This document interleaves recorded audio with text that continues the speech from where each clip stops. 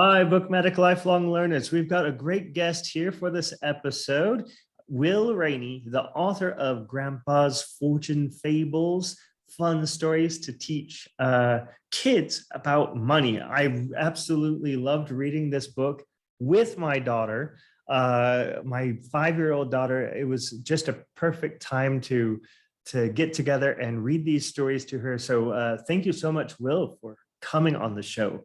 Oh, thanks so much for having me. I'm so glad to hear your daughter enjoyed the book.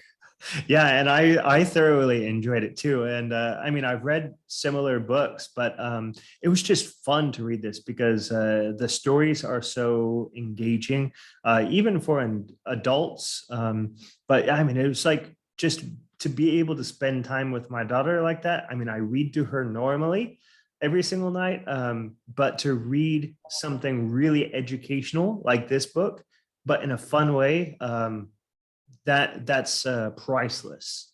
So thank you so much for writing it. No worries. And that's kind of how I started writing it, is with my daughters at bedtime, just coming up with stories and trying to teach them in a fun way. So I'm glad more parents are doing that as well with the book. Yeah, definitely. So can you tell us a little bit about yourself, about maybe a little bit about your background and how you came up with the idea for the book? You kind of answered it a little bit there, that you were sitting down with your daughter, right? And kind of came up with the story. So yeah, introduce yourself and tell us anything you would like. Sure. So I'm from the UK, and so I finished university, and I did the normal corporate job, and I did that for many years. So I was actually helping very large institutions invest their money, so pension schemes, retirement funds, insurance companies, even some governments. So I did that in the UK up until 2014. Then I got an opportunity to move to Asia, so Hong Kong, to do a similar kind of job but across the whole of Asia, so based in Hong Kong. And so I got to meet lots of sort of people with lots and lots of money and help them deciding where to put that money. Then it's about 2017, someone said to me, I was talking about my two daughters, and they said, I enjoy this time, they only grow up once. And it's an obvious statement, but it had a big impact on me. And I felt like I was missing out a little bit if I don't see them as much. And so my wife and I decided to put a plan together to leave our full-time jobs and move to Vietnam, which is where we are now. And so, yeah, in 2019, we left our full-time jobs and left. And what happened was, when we were leaving Hong Kong, lots of people said, how can we afford to do that? Like, how can you not work? And it kind of took a little bit by surprise, because my wife and I have just always kind of saved and invest some of our money. And so we've got some money that helps us sort of cover some of our expenses. And so we felt like, really, wow, we're really lucky to be in this position, to be able to take time off work and spend time with our kids. I really want my two daughters to have this opportunity or a similar opportunity when they grow up. And so I wanted to teach them about the importance of saving and investing. And so initially, when I put them to bed, go, right, I'm going to teach them a little topic, but I'm going to try and make it fun. So I used either analogies or a little story to sort of make a topic more fun. And so I started sharing that with them and then telling my friends about it. And then I started to write about it. So I've got a blog on my website, which is called bluetreesavings.com. And every week I sort of take a money topic and sort of say, right, this is how I taught my daughters about money. So my daughters are 7 and 9, but I've been sort of kind of writing or talking to them for about 3 years now. So sort of 4 and 6 when I first started. And so I just felt it's a really nice nice bonding for me and my daughters, something for me to do whilst they're at school. And it's just not taught in schools. And after a while, about 2 years, I had enough of these like little mini stories within my blogs, and people were like, oh, can you make it into a book? And so I did. So I took the little stories, changed them a bit, so I had a flow and a common characters, etc. And then, yeah, out of that came called Grandpa's Fortune Fables, which is, as I say, trying to capture as many different money lessons that most adults who fortunate enough to learn about these things, always say, oh, I wish I learned that as a child. And so I'm hoping that I can help the next generation grow up. I'm so glad I learned about that when I was younger. So yeah, that's my story. Yeah, it's such a cool story. And I really like how you have pieced together the book. You really did a good job of making the fables match with the underlying story of Boris and Gail. I really love those characters, and the grandpa as well.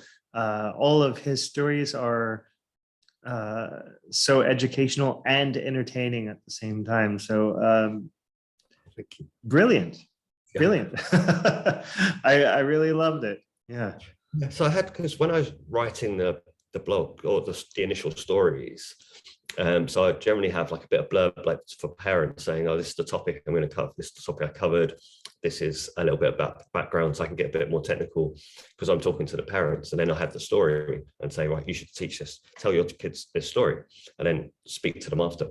But clearly in a book, I didn't want to be technical. So that's why I created this Boris and Gail characters, so they can be the sort of ones who kind of, she shares her grandpa's stories. And at the end, she says, oh, once my grandpa told me this is what I started to do with money. So I kind of explaining the story in money terms. So that was the fascinating bit about creating those two characters as a way, a sort of conduit to the education part. Exactly. And I mean, that is the great thing about the book is like you wrote it so that actually kids can read it, like kids that actually are able to read and understand what they read. So what would you say, like 7-year-olds, 8-year-olds? Yeah. So seven upwards. So I kind of say 7 to 13 is the kind of age in which I think they can sit down and enjoy it. But as you've mentioned, I love it when I hear parents saying we've read it together, and because some parents will learn lots of things from it because it covers topics that they were never taught about, such as investing and even debt and scams and those kind of topics. And plus, it just opens up that piece around having a conversation about money. And more we talk about it, the more our children have the opportunity to learn, and kind of breaks that taboo status that money sadly has got, where we're not supposed to talk about money. Whereas in the book, I actively try and encourage discussion between parents and friends. And oh yeah, I like all those examples that you use. Now ask your, I don't know, your neighbor or your teacher, or have a conversation with your friends, so you really make it interactive.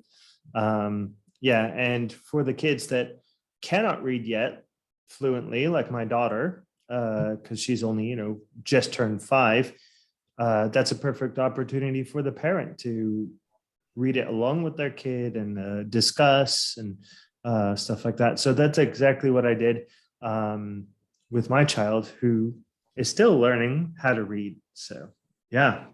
And that's something that, so when I was talking to my daughters, so I say they're 2 years age difference. So some of the topics my eldest understood and was actively asking questions and got it, whereas the younger one just enjoyed the story but didn't really understand it, and got a little bit bored by it because I was talking to the older one. But what happened is that she did remember the story, and as she got older, she then kind of pieced together, or she started asking questions about the story. So it's a bit like the Aesop's fables. So when some young kids first hear the boy who cried wolf, they enjoy the story, remember the story. They might not immediately get the whole meaning of it and the moral behind it, but clearly as they get older, the story sticks, and then the message comes later. And so I hope that's why even for younger kids, I hope they enjoy the stories, remember the stories, and kind of piece them together as they grow up. Yeah, I mean, stories are like the glue that holds everything together. So it's probably a book that I personally will return to, or at least let my daughter read when she's able to read fluently and able to understand and comprehend. I'll give it back to her and let her read it, or maybe read it with her again one more time or something like that. So it's like one of those types of books that that a parent or a child can reread to really get the lessons ingrained in their mind, I think. So yeah, for sure. Did you have something else? Yeah, no, it's just, so one of my favorite books, sort of personal self-help books, is called The Richest Man in Babylon. And so that's a personal finance book for adults, but it's written in story format, and I just find it the easiest book to read. I've read it many times, and it's engaging. It's not just an educational piece, it's engaging, it's got a story. And so yeah, very much influenced by that. So even parents, I have said they've enjoyed it, such as you just mentioned, that they've enjoyed the stories themselves, and actually enjoyed it reading it on their own sometimes. Yeah, I've also read that book as well, and I would recommend it for the people watching or listening to this episode. And yeah, I mean, there's a similarity, right? Save 1 out of every 10, which is a lesson directly from what was it? The greatest wait. The Richest Man in Babylon. Oh, sorry. Yeah, I'm mixing stories here. Yeah, The Richest Man in Babylon. I was thinking of The Greatest Salesman, which is also another fable book, Yep. right? Yep. Yeah. So yeah, that was really cool how you mix that in there as well, because it's such an easy lesson to remember. So yeah, and I always remind my daughter, hey, so if you get 10,000 rupiah, which is what we use over here in Indonesia, how much should you save of that? And then she's like, one or 1,000 every 10 out of every 10. Right. Oh, fantastic. Anyway, yeah. So it's such an easy one to remember and valuable lesson. Yeah. Yeah. So actually, how, I know you maybe have touched on this a little bit, but how did you start Blue Tree Savings? Yeah, so yeah, the main purpose was that I didn't feel there was many resources for parents to teach their kids about money. So I thought, well, I've got a bit of background in finance, and I'm going to spend this time with my daughters. And so, because there are some good children's books, and there's some good, it depends which country, there are some good charities that are going into schools and teaching kids directly. But I really wanted to focus on helping parents and empowering parents to learn, so that parents are learning something new themselves in a non sort of condescending, patronizing way, because essentially it's just saying you're going to learn this to help your children.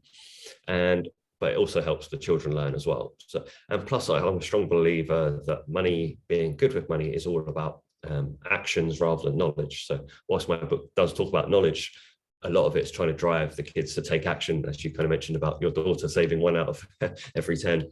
That's fantastic, because if she gets into that habit, then when she's older, she'll be doing the right things. And it's really hard for schools to teach habits. I know, even when we think about health, schools can teach kids about doing exercise. They can even do some sort of HPE, and they can sort of teach them about eating healthfully. But ultimately, a lot of that activity and a lot of the time eating is all at home. And so if the parents aren't doing the right things or don't know the right things, then it doesn't really matter what happens at school. The children, and the same thing with money. So I didn't want it to be that kids are just going to school, they might learn something about money, they may not. But I wanted it to be like, when they go home, the parents are being good role models for their kids as well. So hence I started doing Blue Tree Savings, and it's all about giving these different topics, going really to the basics, but covering many different topics. So I do cover, so not just saving, and I do investing. I talked about NFTs and cryptocurrencies, the greater fall theorem, and your house is not an asset.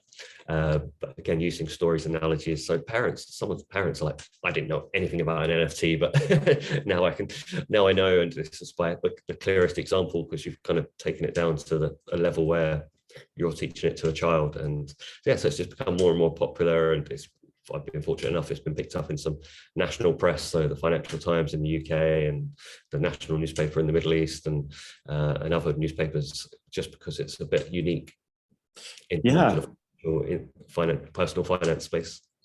Yeah. And I think it's great what you're doing, because like you said, this isn't really taught in schools, which really sucks, because it creates a vicious cycle, right? Because the teachers themselves may not know exactly how to manage their money or invest or whatever. So how could they teach the kids if they have no idea? And then if the parents don't know because they went to school as well and they were not taught, and their parents were not taught. So it's a vicious cycle. And I'm just curious, why isn't this taught in schools? Yeah, so I think it's that point I mentioned. So I think you've mentioned one of the main points, which is teachers don't feel empowered to do so because they've never been taught themselves, or they're in debt themselves. So then say, well, I'm in debt, but I'm going to teach these kids how. So you essentially do need to get specialists to come in and be the teachers. And so clearly that takes a lot of resources and finances to do that. Whereas schools, they've got a lot of other challenges on their plate to do that. But also I think there's a little bit of belief of, does it really work? Does providing just pure financial education make a difference? And again, going back to that health example, if you teach kids about being healthy, are they going to be healthy in the future? And the same with money. And again, they need to make sure it's not just education, but it's education putting it into action. And I don't think schools feel that they're in a position to help kids take those actions, because they can't give kids money. They can't tell kids what to do with their money. They can only educate. So I think there's some, but I do think this is changing. So in the US, so for example, Florida, just 2 weeks ago, changed it so to graduate, children have to pass a personal finance course to graduate. So I think those kind of initiatives, we're starting to see it changing in different parts of the world, and I think that's fantastic. The more, I know I say about education and action, but clearly the more education is going to lead to some action in the future. Right. Yeah, I think it's just a gradual process that needs to be changed, and maybe it's also just the system itself is outdated and needs to have an overhaul to where we can include these types of lessons in maybe even a specific class for finance or entrepreneurship, learning how to invest or invest, all these different types of topics that are not taught in schools now. Hopefully later we'll have like their individual classes. You know what I mean?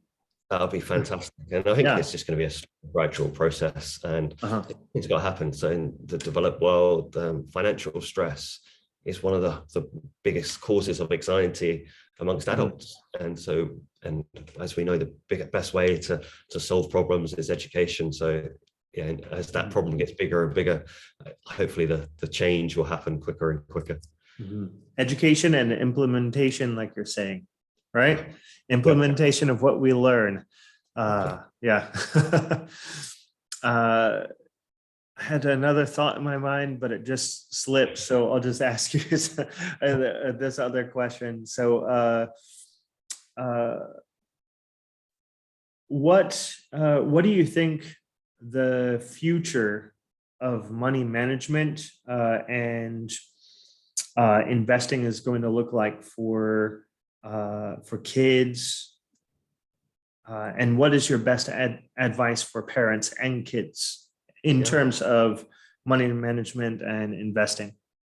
Yeah, so money management is going to change massively in the future. It's changing rapidly now because we're moving away from this cash society to this cashless. I know you and I in our respective countries is not quite there yet, but in the sort of developed world, we're moving to this cashless society. So essentially kids are seeing money or not seeing money. So money is just this invisible concept. And so you've got to try and teach kids to manage the invisible, which is going to be much harder. And what it means is that we have to be more proactive. We need more technology. We need more parent engagement to sort of make up for those money lessons that we naturally picked up by having cash. So for example, when we go to the shops, we hand over cash and we get something in return, and we can kind of see that as a transaction. But with the cashless, where people are just tapping their watches or their phones or their cards, kids don't see that as a transaction. That's just a noise, a beep, and then they get something. And so we need to replace that. So the move to technology is the big one. And so we're seeing in a lot of places, a lot of countries, these apps for kids. So parents can give their kids digital pocket money, and then they can get either a prepaid debit card and then start paying, which I think is fantastic as a technology. And again, kids will be able to hopefully get more and more engaged into those apps and have some gamification. But we need to make sure that there's the education piece there, because those apps don't actually at the moment provide too much education. And so they're just a tool. So the analogy I use is like you give a child a calculator, doesn't mean they become good at maths, but teach your kids how to do maths and give them a calculator, and then the world's their oyster. And so that's the same thing with this new cashless world. We need to give the education plus the technology. So that's in terms of money management. And then in terms of top tip, it's going to be a case of making sure that we can try and automate some of the habits and pieces I mentioned in the book, which is we talked about earlier, saving before you spend. So saving that 1 out of every 10, making that automatic. And again, technology can help do that, which is hopefully be fantastic.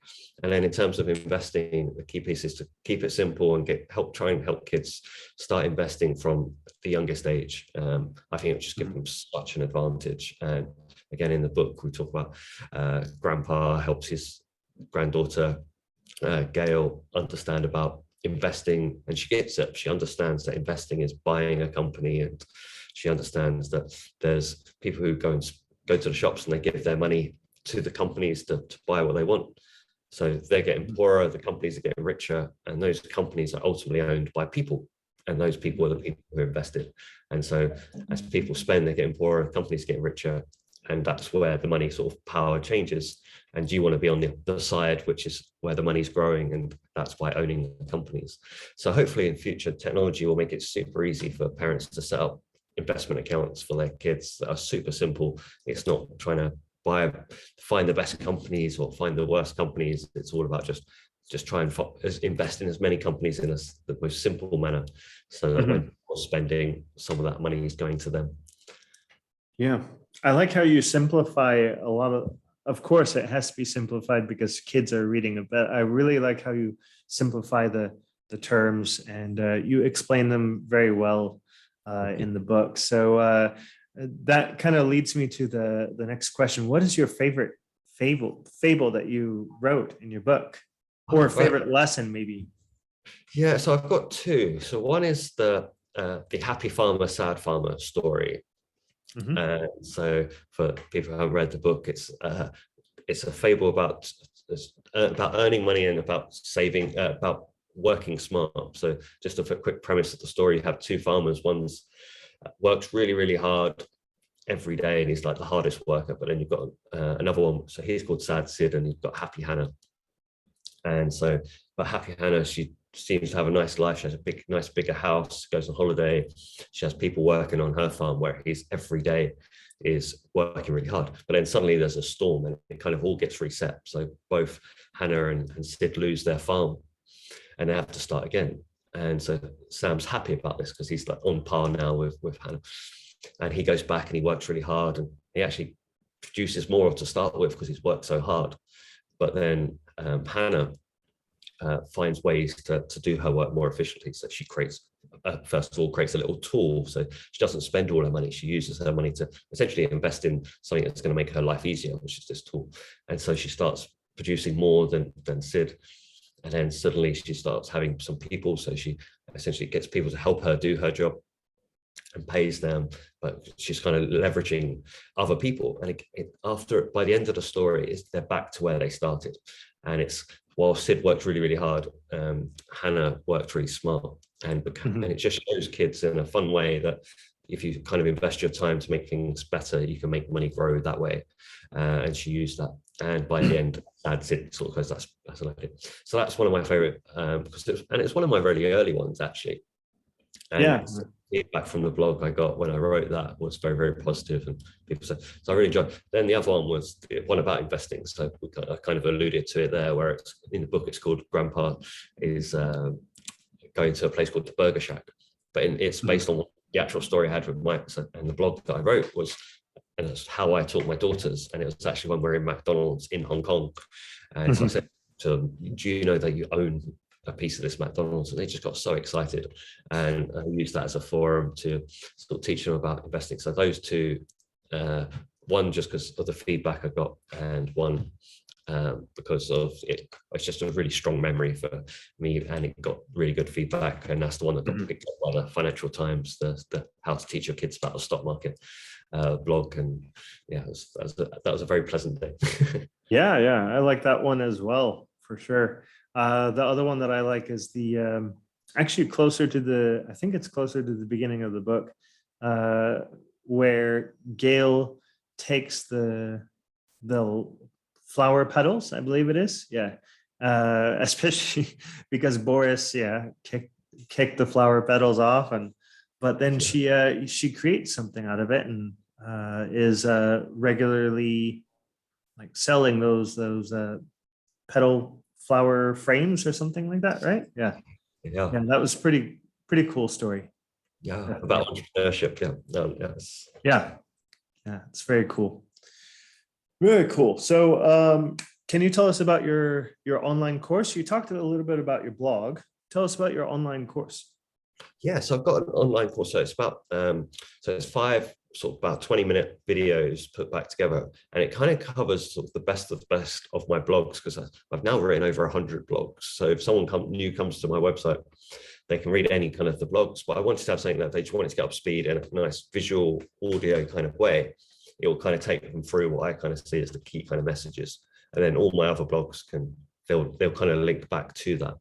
And so it covers a lot of the top topics that are covered in the book, but the course is for parents. So it's saying to parents, here's a course to help you teach your kids about money.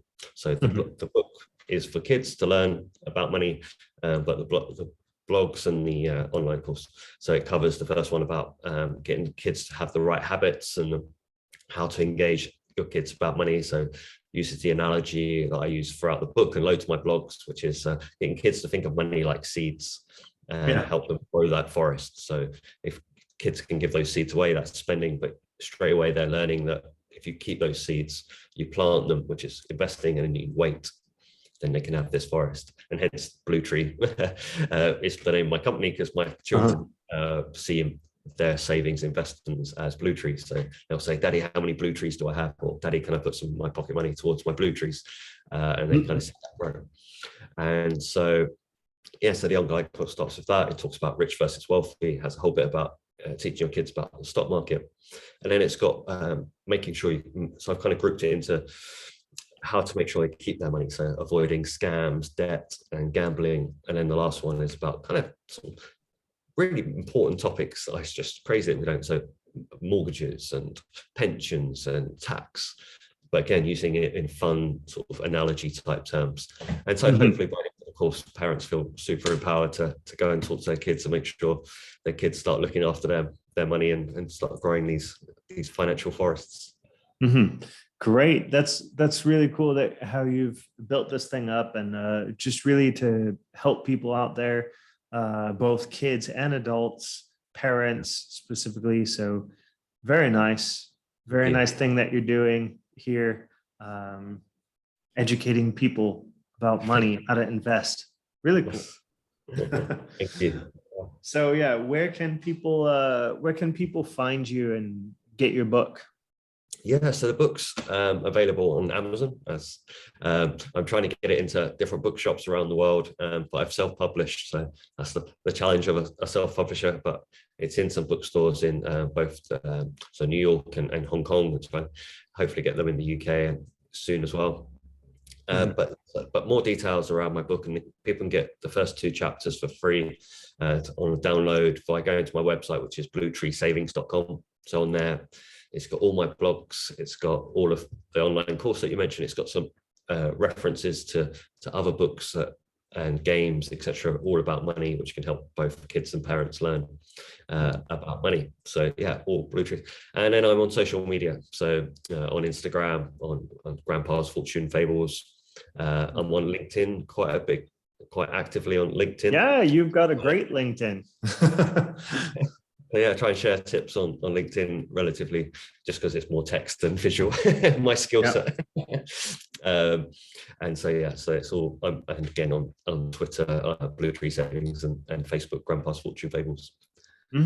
Great. So I'm going to include all of those links in the description. So everyone watching or listening, definitely check those out. Check Will out, go over to his website or his social media, get in contact with him, go to Amazon, get his book for you and your kids, and definitely check all of that out in the description.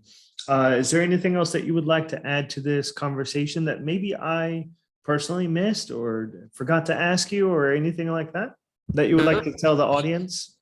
No, I just thank you for having me here and talking about this book. And hopefully, I hope parents do buy this book, or not even parents, grandparents, anyone who's got any kind of guardian towards children can do that, because it's just so important. And the study's been shown that kids who learn about money from a young age grow up more confident, higher self-esteem, less money worries, and a lot of money habits that we form as money adults were formed by as young as 7. So the younger kids can learn this stuff, the more likely they're going to grow up to be financially healthy, and that's good.